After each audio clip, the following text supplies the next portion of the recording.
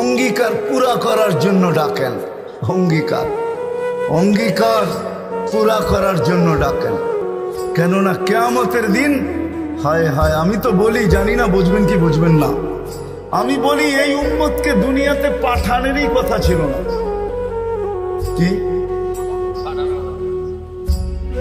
অনেক কিছু মিলাইলে দেখা যায় আমাদেরকে পাঠানেরই মনে হয় কথা ছিল না। নাহলে এত ছোট জীবন দিবেন কেন? 60-70 বৎসর, কত কাউকে তো হাজারও দিলেন, ঠিক না? আমাদেরকে 60-70 বৎসর দিয়ে কেন পাঠাইলেন? আবার 60-70 বৎসর দেওয়ার পরেও 2 পর্বে আমাদের জীবনটাকে আল্লাহ কমায় দিছেন, লেস করে দিছেন, বাদ দিয়া দিছেন। প্রথম 15 বৎসর হিসাবে আসবে না, যতক্ষণ পর্যন্ত বালেগ না হয়, কলম তার বিরুদ্ধে যায় না, পক্ষে চলতে পারে, বিরুদ্ধে চলবে না, রুফিয়াল কলম। এইখানে 15 বৎসর বাদ। তারপরে যেটা থাইকা যায় 60 আর 70-এর ভিতর থেকে, যতক্ষণ আমরা ঘুমাই 4-6 ঘন্টা আর 8 ঘন্টা, এটাও কলম উঠানো থাকে, আমাদের বিরুদ্ধে যায় না, এটাও মা, এটাও। তাইলে আর থাকলো কি? কোরআন আমাকে বুঝায় এত অল্প সময়ের জন্য কেন পাঠাইলেন। তাহলে কোরআনের ভিতরে ডুব দিলে মনে হয় বুঝে আসে।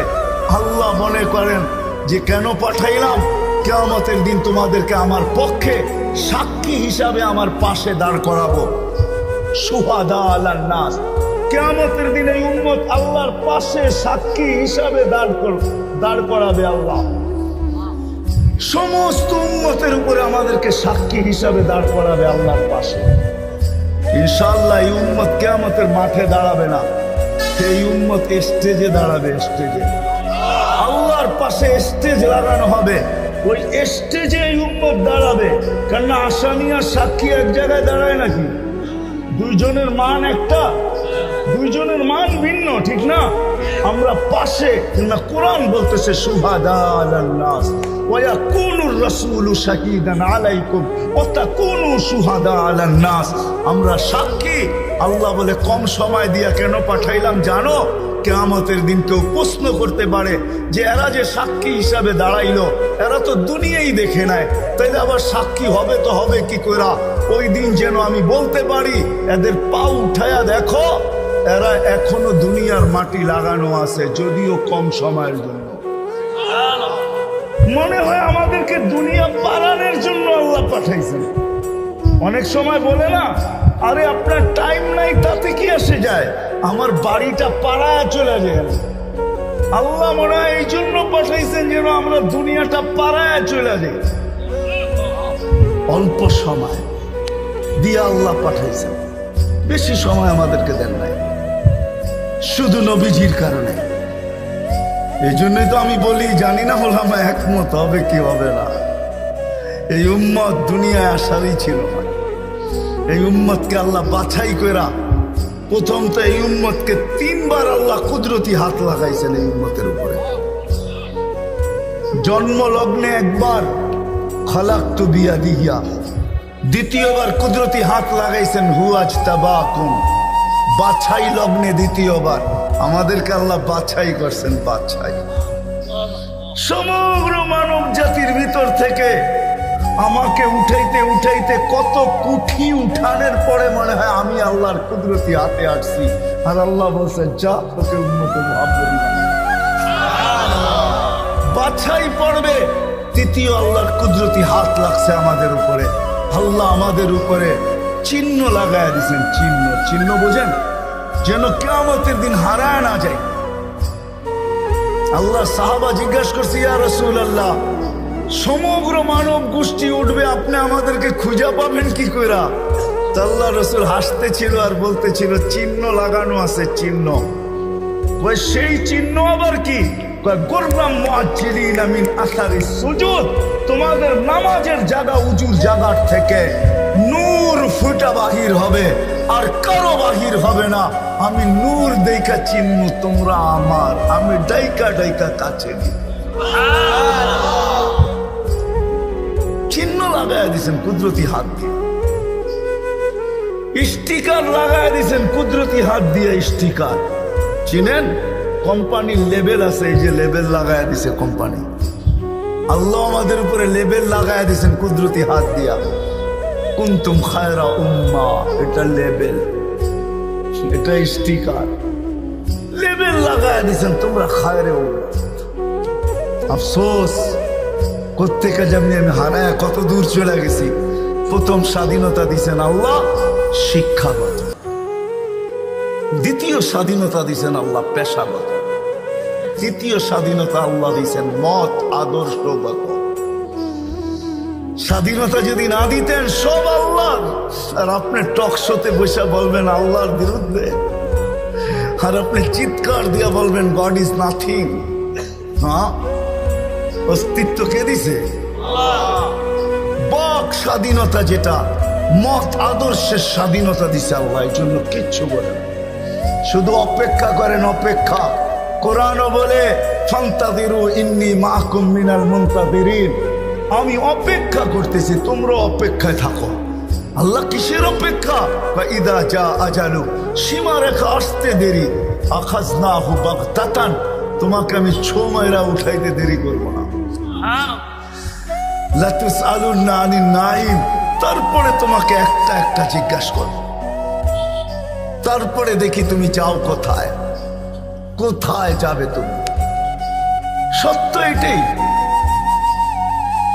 মত আদর্শের স্বাধীনতা, যেটাকে বলে কি বলে মত আদর্শের স্বাধীনতা আল্লাহ দিয়েছেন, আদর্শগত স্বাধীনতা, নাইলে নাস্তিক হওয়ার কোনো প্রশ্ন ছিল না।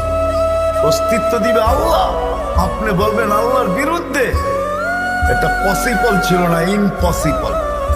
আল্লাহ দেখায় দিয়েছেন 2020-এ, দেখায় নাই? কি দেখাইছে? সারা দুনিয়া, যেই দুনিয়া নিজেকে এত শিক্ষিত মনে করে, এত আপডেট মনে করে, এত এডুকেটেড মনে করে, এত উন্নত মনে করে, এত আধুনিক মনে করে, ওই পুরা দুনিয়াকে আল্লাহ লকডাউন লাগাই দিছে। আপনি বলেন আপনাকে মাস্ক পরায় নাই, আল্লাহ দুনিয়ারে মাস্ক পরায় দিছে, দুনিয়াকে। আপনাকে আমাকে পড়ায় নাই, দুনিয়াকে মাস্ক পরায় দিছে। আল্লাহ বলে আমি আল্লাহ, ইচ্ছা করলে যা খুশি তা করতে পারি। কি এখনো বহুত মানুষ মাস্ক পরা করে, ঠিক না? হ্যাঁ, পড়ে না? কি কি ভয়ে পড়ে? করুণা এখনো আছে, ঠিক না? আপনারা বলবেন আমরা তো কুমিল্লার মানুষ, 2020-ও পড়ি নাই, ঠিক না?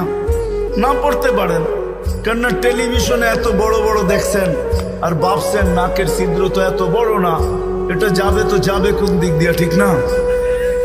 এখন যদি প্রশ্ন উঠায় মুখ দিয়া যাবে, কয় সারাদিনই তো পান খাই, বিড়ি খাই, সিগারেট খাই, এটা সেটা খাইতে থাকি, মুখ দিয়া যাবে তো যাবে কোন দিক দিয়া, ঠিক না? হ্যাঁ, এই জন্য নাও পড়তে পারেন। আল্লাহ মত আদর্শের স্বাধীনতা দিছেন। চতুর্থ স্বাধীনতা দিছেন সোসাইটিগত, সামর্থ্য থাকলে দুনিয়ার যে কোথাও বাস করতে পারে। আমি চিনি কুমিল্লার অনেক মানুষ যারা আমেরিকাতে বাস করে, আমি চিনি অনেককে কুমিল্লার যারা অস্ট্রেলিয়া বাস করে, যারা কানাডায় বাস করে, আমি চিনি ইউরোপে বাস করে, চিনি আমি অনেককে চিনি, আমাকেও চিনি। সামর্থ্য আছে, দুনিয়ার যে কোথাও বাস করতে পারে। আর পঞ্চম স্বাধীনতা, এই ছোট জীবনটা, যেমন স্কুলে খেলার সময় একটা পর্ব হয়, যেমন খুশি তেমন সাজো। আল্লাহ বলে এই ছোট জীবনটায় তুমি যেমন খুশি তেমন সাজতে পারো, তোমাকে কিচ্ছু বলবো না। স্বাধীনতা দিলাম, নাইলে কোনোদিন সম্ভব ছিল না। তো কথা ওইখান থেকেই বাহির হয়ে গেছে। যতক্ষণ পর্যন্ত আল্লাহ আল্লাহ রসুলের কাছে আকর্ষণের পাত্র না হব, আর আকর্ষণের পাত্র হব আমলের দ্বারা। কিসের দ্বারা? আর আমল জীবনে আসবে দ্বীনি কথা যত বেশি একাগ্র চিত্তে শুনবো, মনোযোগ সহকারে শুনবো, আর দিলে কাঁদবে, তখনই আমল আসবে। আর আমলের দ্বারা আমি আকর্ষণের পাত্র হব, তখন বংশ কি আল্লাহ দেখবেন না। কুমিল্লার মানুষ, কথা শেষ দিকে চলে আসছি আমি, 6 বার আমি বেলালের বাড়ি দেখছি, 6 বার রাদিয়াল্লাহু তাআলা আনহু। আমি 6 বার ইথিওপিয়া গেছি, 6 বার। এই চোখ থেকে পানি 6 বার ঝরছে। শুধু বাড়ি দেখা, ব্যক্তি তো দেখি নাই, কোত্থেকে দেখবো? সে তো অনেক আগে চলে গেছে, তার দেশের মানুষগুলা দেখছে। কিন্তু একটা অনুমান হয়েছে, একটা এটাকে কি বলে, এতটুকু বুঝতে পারছি যে 1400 বছর আগের বেলাল কেমন ছিল। আজকের মানুষগুলাই যখন পছন্দ হয় না, তো 1400 বছর আগেরটা কেমন হবে? আজকের ইথিওপিয়া আদিস আবাবা রাজধানী ইউরোপের সাথে টক্কর লাগায় উন্নত হইতেছে, ইউরোপকে পিছিয়ে রেখা দিতেছে। তাইলে আজকেও যদি মানুষগুলো পছন্দ না হয়, 1400 বছর আগের বেলাল কেমন ছিল? কিন্তু বেলাল যেখানে ওইখানে কেউ নাই। কেমন আকর্ষণের পাত্র, জমিনে চললে জান্নাতে পদধ্বনি হতো, জান্নাতে। আল্লাহর রাসূল কানে শুইনা ঈসা বলছে, মা বালু খাইয়া বেলাল, এত বড় আকর্ষণের পাত্র কি করে হইলে জান্নাতে তোমার পদধ্বনি? তাও আমার আগে আগে, পিছিয়ে হইতো তাইলে মাইনা নিতাম, আমার আগে আগে। দেখতে তো ছিলাম না, তোমাকে পদধ্বনি শুনতে ছিলাম। জিবরিল আলাইহিস সালামকে জিজ্ঞাসা করলাম, আমার আগে কে? তো হাসি দিয়া বলল, আবদুকা বেলাল, আপনার গোলাম বেলাল। আয়েশা বলতেছে, হারেস বিন নোমান, তুমি এত আকর্ষণের পাত্র কি করে হইলা?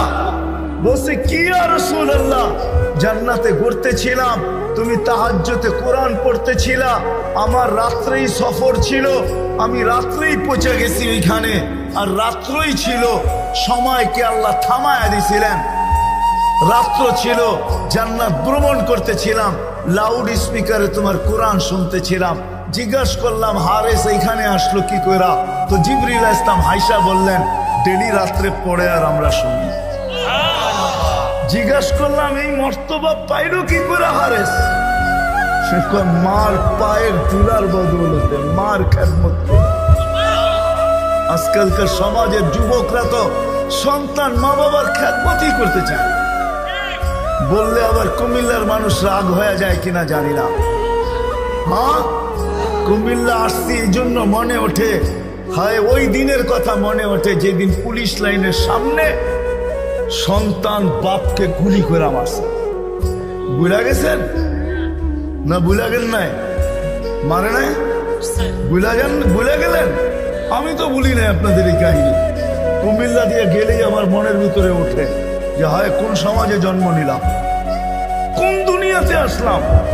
আপনাদের এই কুমিল্লা ঘটছে, নেটে সার্চ দেন, দেখেন লেখা আছে, পত্রিকায় উঠছে, মিডিয়ায় আসছে। বাকিগুলা বাদিয়ে দিলাম, ঐশীর কথা বাদিয়ে দিলাম, ঠিক না? ঐশীর কথা বাদিয়ে দিলাম। সন্তান কোথায় আসলাম আমরা? সন্তান মা বাবাকে গুলি করে, হত্যা করে, হায় হায় হায়, অথচ মার খেদমত করে হারেস বিন নোমান। আরেকটা মনে উঠলো, এই জন্য বলতেছি, মুসা আলাইহিস সালাম আল্লাহকে জিজ্ঞাসা করছে, আল্লাহ আমার জান্নাতের বন্ধু কে? কয় কসাই। আপনি আমার সাথে এমনই করেন, যেটা জিজ্ঞাসা করি সাথে সাথে জবাব দিয়া দেন, আমি আর কসাই মিল হইল কোথায়? আল্লাহ বলে সিদ্ধান্ত এটাই, ওয়াকাউলুনাল ফাসাল, আমাদের সিদ্ধান্তই সিদ্ধান্ত। আচ্ছা ঠিকানা দেন, যায় দেখি কি আমল করে। তো যায় দেখে, হ্যাঁ কসাই। সারাদিন গোস্ত বিক্রি করে যখন বাড়ি যাওয়ার পালা আসছে, তো গোস্তের একটা টুকরাকে নিয়া কিমা বানায়া পোটলার ভিতরে নিয়ে দোকান বন্ধ করতেছে। মুসা আলাইহিস সালাম বলতেছে, তোমার বাড়ি মেহমান হওয়া যাবে? অবশ্যই যাবে, কিন্তু শর্ত আছে, আমি ডাইরেক্ট বাড়ি যাব না, আমার সাথে চলো। তো বলছে ঠিক আছে চললাম। যায় ঢুকছে এক ঝুপড়ির ভিতরে, খুব পরিপাটি সুন্দর। কিচেনে যায় ঢুকা রুটি বানাইছে, তরকারি পাক করছে, রুটিকে চুবাইছে তরকারির ভিতরে। তারপরে এক খুনখুনে বৃদ্ধাকে বুকে টেক লাগায় বসাইছে, পিঠ লাগায় বসাইছে, পিঠ বুকের সাথে লাগায় বসায় নেওয়ালা বানায় বানায় খাওয়াইতেছিল। মুসা আলাইহিস সালাম দেখতেছেন, কেননা ওনার অভিজ্ঞতা ছিল খিজির আলাইহিস সালামের সাথে বেশি প্রশ্ন করা, 3 প্রশ্নেই ওয়াকাউট। আল্লাহর রাসূল বলছে, লাউ সাবারা মুসা লা আলিমনা কাসীরাম মিনাল খায়র, মুসা আলাইহিস সালাম যদি আরেকটু ধৈর্য ধরতেন তাহলে আমরা আরো তথ্য জানতে পারতাম। তো উনি বুঝে গেছেন চুপ থাকাই ভালো, কিচ্ছু জিজ্ঞাসা করেন নাই। যখন খাওয়া দাওয়া শেষ, পরিপাটি শেষ, শোয়া দিয়া এখন বলতেছে পাশেই আমার বাড়ি, চলো আমার বাড়িতে মেহমান থাকবে। এখন আর চুপ থাকতে পারেন নাই। তো বলতেছে শোনো, এই বৃদ্ধা কে? আমার মা। সকালে যখন যাই তো পরিপাটি করা যাই, খেদমত করা যাই, বিকালে যখন আসি তো আগে মার খেদমত করি, তারপরে নিজের ঘরে যাই। বুঝলাম, কিন্তু তুমি খেদমত করার পরে মা জানি হাত উঠায় কি বললো? খুন খুনে বৃদ্ধা, তো দাঁত নাই। বলছে দূর, বাদ দাও পাগল মা। যখনই খেদমত শেষ করি তো হাত উঠায় বলে আমাকে মুসার, আমার সন্তানকে আল্লাহ জান্নাতে মুসা আলাইহিস সালামের সাথী বানায়া দিয়েন। তো মুসা আলাইহিস সালাম চিৎকার দিয়ে বলতেছে মা পাগল না, মুসারও মেহমান থাকার প্রয়োজন নাই। জানার দরকার ছিল তুই আমার বন্ধু হলি, তো হইলি কি করে? আমার বন্ধু হইলি তো হইলি কি করে? এই জন্য আমল দ্বারাই আকর্ষণের পাত্র হইতে হবে, বৃষ্টি না রহমত। আল্লাহ আমাদেরকে আমল, আল্লাহ আমাদেরকে